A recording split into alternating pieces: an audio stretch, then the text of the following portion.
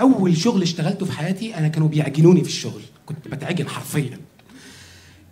كانوا بيشتغلوني اشتغالات كتير قوي. يعني اول يوم ليا في الشغل لقيت الشيف يومي بينده عليا يقول لي خد يا مصعب تعالى عشان عايزك. قلت له تحت امرك يا ريس. قال لي بص يا مصعب يا حبيبي، انت هتخرج لمدير المطعم هتقول له عايز باسورد الميكرويف. خرجت لمدير المطعم قلت له يا ريس طالب باسورد الميكرويف. قام من على الكرسي حط ايده على كتفي قال لي قول له 3 4 8. رحت رايح للشيف اسامه قلت له يا ريس 3 4 8. فرح قوي، فلقيت واخد وشي وراح حطه قدام باب الميكرويف وقال لي يا مصعب هم ما عملكش فيس اي دي؟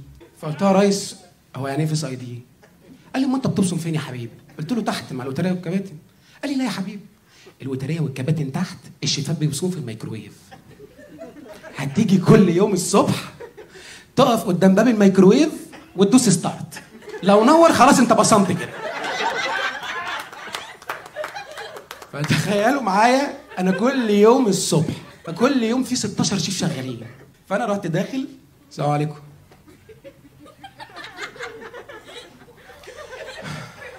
ستارت. بعد ال 30 ثانيه للاخر عشان ياخد وشي، ما انا ما اعرفش هياخد وشي امتى، ما اعرفش، محدش قال لي، هو نسي يقول لي المعلومه دي.